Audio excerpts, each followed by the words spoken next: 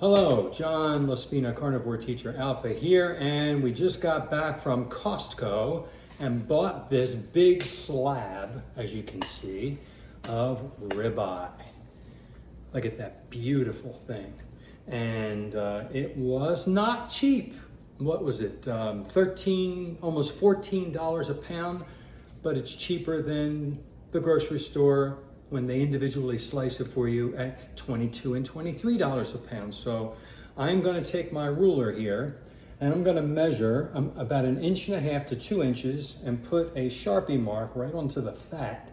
And that's gonna be my mark for cutting these into individual ribeye steaks. Now, previously I put this into the freezer for about an hour, hour and a half to make it not frozen, but firm enough to make it easier to slice with my very sharp bearded butcher's knife that I sharpened. So here we go. I'm going to start over here and I'm going to mark at the 1.5 inch, starting from the very end, there, and then there, and then every 1.5 inches. And what we do is the night before or the morning of, I pat it dry, take it out of its baggie, pat it dry after it's thawed out, because I'm going to be freezing a lot of these. And I sprinkle it with lots of Redmond real salt, and I put it in the refrigerator on a rack for dry brining. Now the last couple I'm going to do 2 inches because I want to sous vide those. I have a sous vide and I want to see if the thicker ones taste better with the sous vide. Now I don't know if you could see my marks. They're not that great, but at least I've got some marks. Can you see the marks there? Right there? I don't know if you could see it in the camera. There's my marks. All right, just guides. Kind of like when you're outside with the circular saw cutting wood. Basically, you have a place for your eye to land the blade. So, here we go. First one, I've got my tray ready. Put it right there. I'll kind of get it out of the way so you can see me.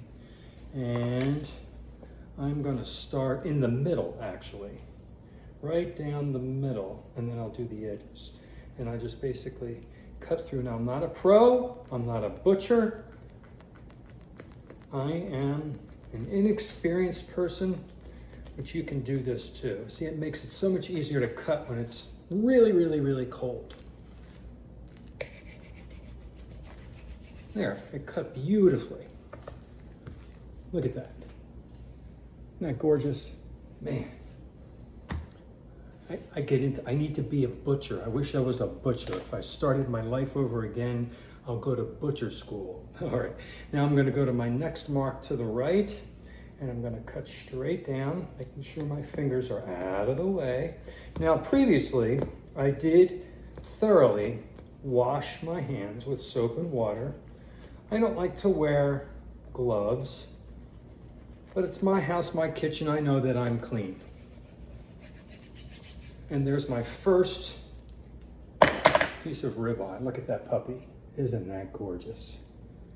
Whew. I'll just start stacking them here. Now I'm gonna go over to the left side here to my other mark that I made.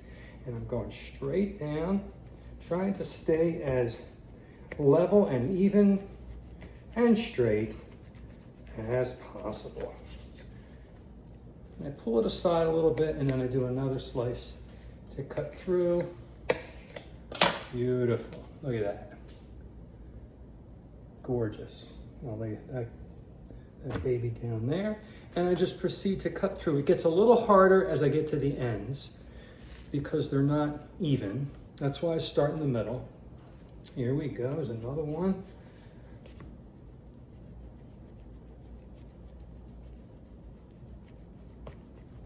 And you let the knife do the work.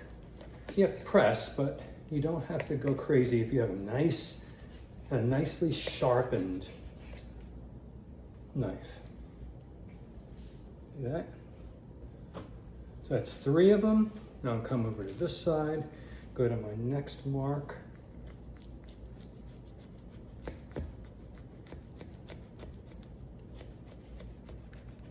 I get a lot of pleasure out of this. It feels great. Look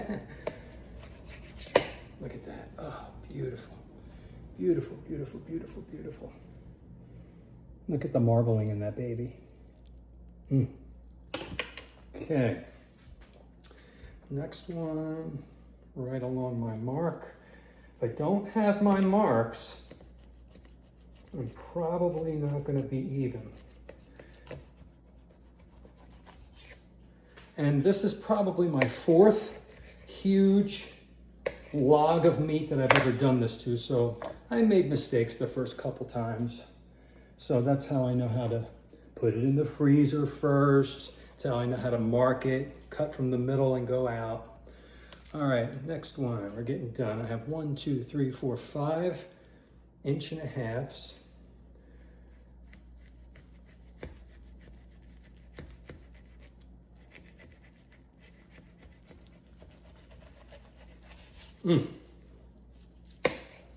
Beautiful. I love the way it feels when I cut these. So that's number 6. All right, now we're going to do number 7. And these look better than any of the ones I've ever seen in a restaurant.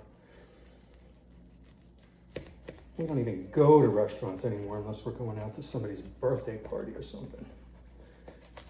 Oh, nothing is better than my own steaks. These are kind of long, but look at that marbling. I can't help but show you every time because I get so excited how beautiful these things are. Whew. All right, now I'm gonna go over here. See, now I'm getting a little bit of an angle where it's wider here and thinner there. So I'm gonna trim the end. I could use that for something else. I could put it in my meat grinder, or I could use it for lunches when I cut it up and make it. There you go. See, now it's a little even. And I'll put him aside. And now I'm gonna cut this puppy in half, a little less than 1.5 inches each, but it will still be 2 great steaks. Wow. Now, as this starts to warm up a little bit, I'm noticing it's a little more challenging to cut. That's why you want to put it in the freezer. A little bit, not to freeze it, but just to make it firm for cutting. Okay, put another piece there, another piece here, and I've got one more cut to do. Let's see, that's pretty even. So here we go, down the center. Well, almost done.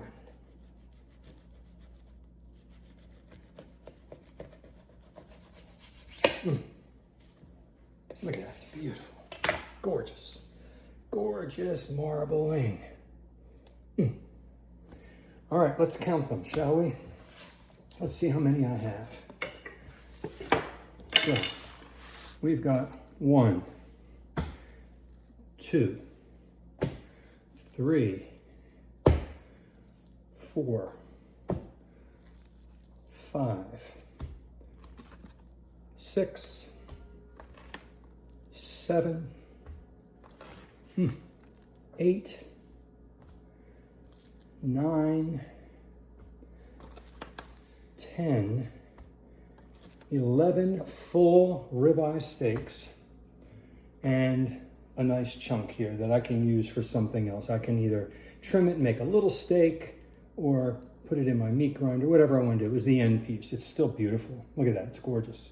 I'll put him on the top. So there's my pyramid. Let's check out my pyramid. See, that's my pyramid. Look at that. Ooh, I get so excited. All right, so what I have over here now is I have all my baggies ready to go. I don't have the seal machine. I know a lot of people have that and they love that. I just use bags.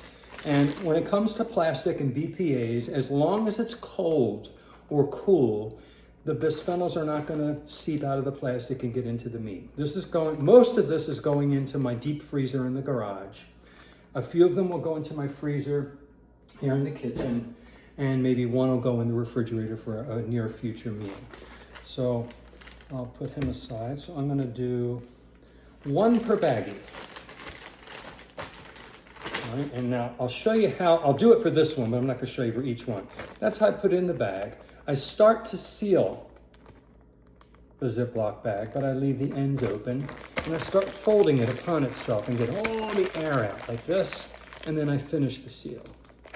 It's almost as good as vacuum packing, okay? And then that's gonna go in the freezer, and I'm gonna take the Sharpie, I'm gonna put the date on it. I am. So that is how I do that. I'm not gonna take you through each one of them. That is how I take a large ribeye slab and cut them into ribeye steaks. 1.5 to 2 inches thick. Some go in the deep freeze, some go in the immediate freeze, and some go in the refrigerator. And I will sous vide some of them. I will put some of them on the Bighorn grill. I could even slow smoke them on the Traeger. I could also take my cast iron skillet and I could do it in tallow or butter in there. Love these puppies. I love them black and blue, which is seared on the outside and rare to raw on the inside. It continues to cook. If you have any questions, please leave them in the comments and I'll answer them for you. But this video, I wanted to show you how I cut up my ribeye steaks from a big slab from Costco. And you can do it too. And you don't need special tools, just a nice sharp knife, a very cold slab of meat, and a cutting board. And I recommend a ruler and a Sharpie so you can be as accurate as you can. Because the first time I did this, I just eyeballed it. I got all excited. I got home from Costco. I'm gonna cut steaks.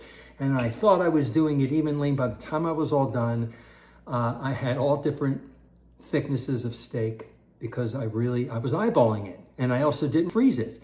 So they kind of were mushy and they all jiggled and they didn't come out cut properly and they didn't look good. They tasted wonderful, but when I cooked them, they kind of looked a little disturbed. So freezing them, measuring them, and slicing them along the measure lines is the best way to do it. If you are a butcher or you are a pro at this, tell me if I'm doing it right. Leave me a comment. Tell me what you think about how I made my ribeye steaks from a big slab. Thank you. Leave a question, a comment, a suggestion. Click the thumbs up. Subscribe to my channel. I invite you and click that bell icon and I'll see you in the next video. Take care.